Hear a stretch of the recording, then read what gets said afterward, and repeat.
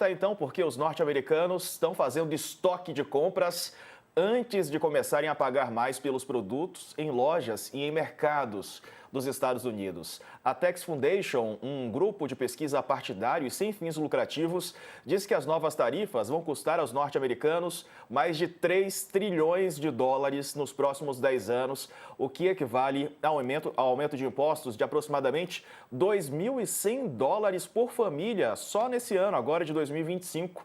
Mesmo que muitos compradores esperem para ver o que acontece, alguns temem que qualquer pânico comece uma histeria de estocagem que se intensifique com as expectativas de uma inflação ainda pior, segundo a agência de notícias Reuters. As tarifas estão despertando temores e as prateleiras, todo mundo temendo que elas fiquem vazias, algo parecido com o que aconteceu durante a pandemia de Covid-19, escassez de produtos e inflação também. Raquel, uma corrida desenfreada, há motivo para isso, pelo que a gente sabe até aqui? Diego, é importante a gente ter em mente o seguinte: Donald Trump seguiu em frente com as suas ameaças de sobretaxa contra a China. Nós estamos falando aí em 104% de tarifa, 20% que já era o normal, 34% que foram as primeiras sobretaxas que ele aplicou, mais os 50% porque os chineses retalharam.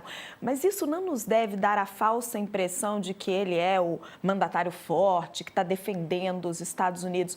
Donald Trump está acuado. Sim, ele está acuado. Os chineses não recuaram, não negociaram.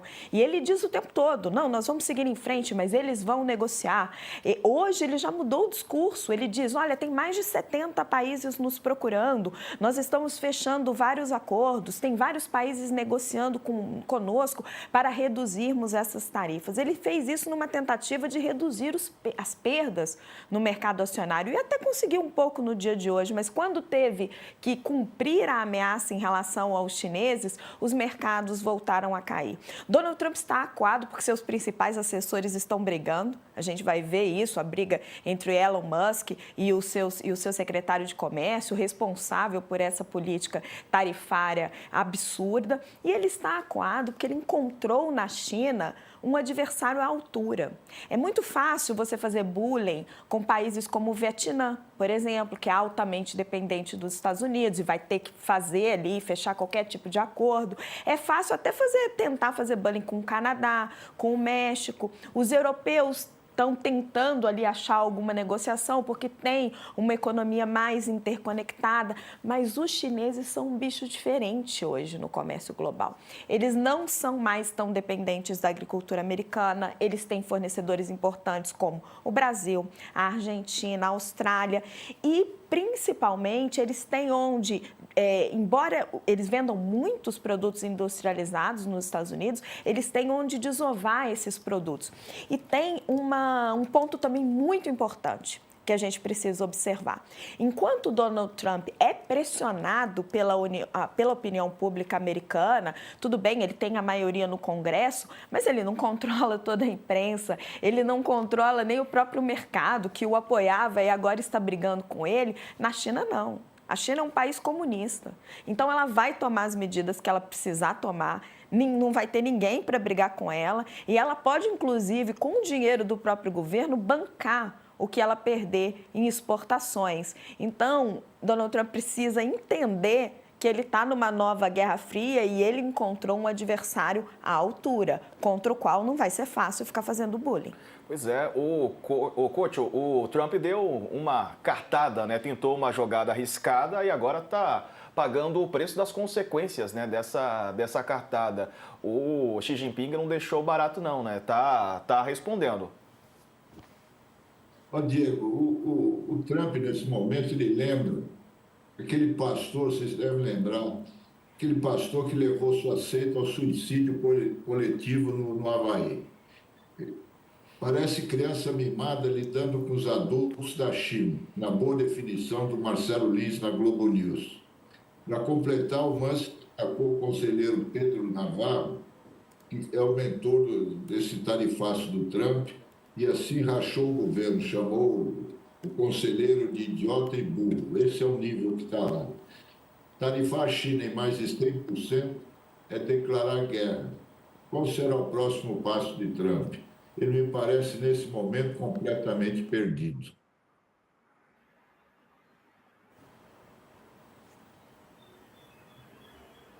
Andressa, está perdido o Trump, né?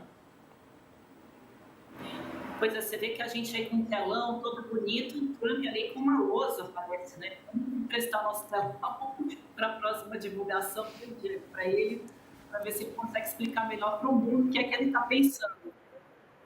Vamos entender o seguinte, os Estados Unidos, durante muitos anos, não adotaram a regra da reciprocidade, né, com relação às tarifas. Então, o Trump vem dizendo isso desde a campanha, não é nenhum estelionato eleitoral, de que se ele fosse eleito, ele iria adotar a reciprocidade no comércio, ele iria tomar medidas como essa que a gente está assistindo. Então, surpreende até que esteja todo mundo, olha, o Trump está fazendo isso. Ele já prometeu isso na campanha, ele é maluco o suficiente para tentar colocar essa decisão dele em prática sem recuar. Porque ele vai recuando aqui ou ali, mas ele continua com um discurso que vai avançando, né, nessa disputa aí com outros países cada vez de forma mais intensa. O que chocou todo mundo é que se esperava que as medidas viriam com base na reciprocidade tarifária. Isso daí já estava até precificado. O problema é que as medidas vieram considerando a balança comercial entre os países. Isso é que falou assim, opa, peraí que a gente não estava esperando por essa. Então, a reação que a gente está assistindo se deve muito a isso. Eu conversei agora há pouco, rapidamente com o ex-presidente do Banco Central, Roberto Campos Neto, que hoje deu uma entrevista, né? Eu queria tirar algumas dúvidas com ele com relação à entrevista que ele deu lá para o Pânico, e ele coloca, né, justamente essa questão de que o que mais preocupa é essa questão do Trump ter feito essa reciprocidade por meio da balança comercial. Agora, ele traz um ponto importante para o Brasil, e que a gente já vinha comentando aqui.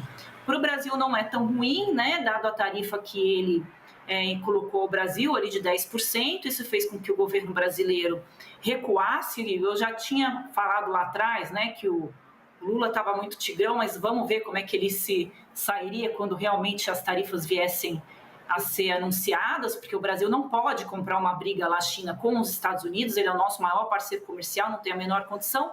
Foi justamente o que eu havia ali analisado, né? O governo recuou e, segundo o ex-presidente do BC, o Campos Neto, o principal ponto aí para o Brasil também é o seguinte, os produtos chineses são muito baratos. Então, muita gente analisa, vai ter um mercado, a China vem para o Brasil vai ter esse mercado. Não é o que todo mundo no Brasil comemora, porque é muito difícil você competir com os produtos chineses, que a gente sabe como é que funciona lá na China essa questão do mercado de trabalho. Então, o que ele coloca é que ajuda na inflação, mas pode criar problemas estruturais na indústria brasileira. Então, esse é um ponto importante para a gente avaliar como que vai ficar para o Brasil se os produtos chineses, né, se a China escolheu o Brasil como um parceiro aí nesse momento que os Estados Unidos estão sobretaxando os seus produtos.